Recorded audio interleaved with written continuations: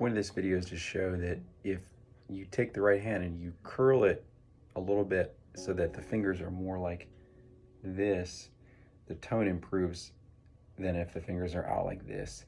And that makes sense because you have more of a grip on the strings that way than you do like this.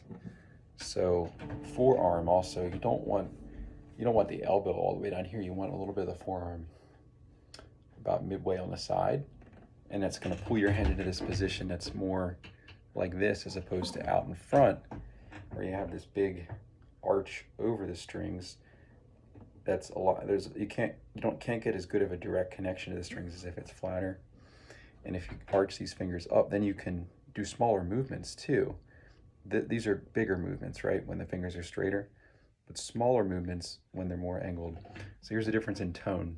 Here it is the good way. I can really feel the release of each string from underneath the nail.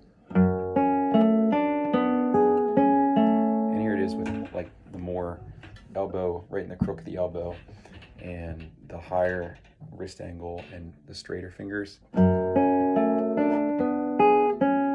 Like a thinner, more tinny sound. So here it is the good way. And I find that if I move back here, you can really coax more out of the guitar because you're pulling the string up a little bit. And if you're doing a rest stroke, it's more pushing in. Get a really nice thuddy sound, kind of like, and when you do the bass notes, you get that nice bell-like tone, kind of like if you listen to Jose Romanillos, he says that you want the bass of the Spanish guitar to be like a deep well, like an endless pit of echo and bass and like a deepness, reverberation throughout a water well. Right, that gives you that.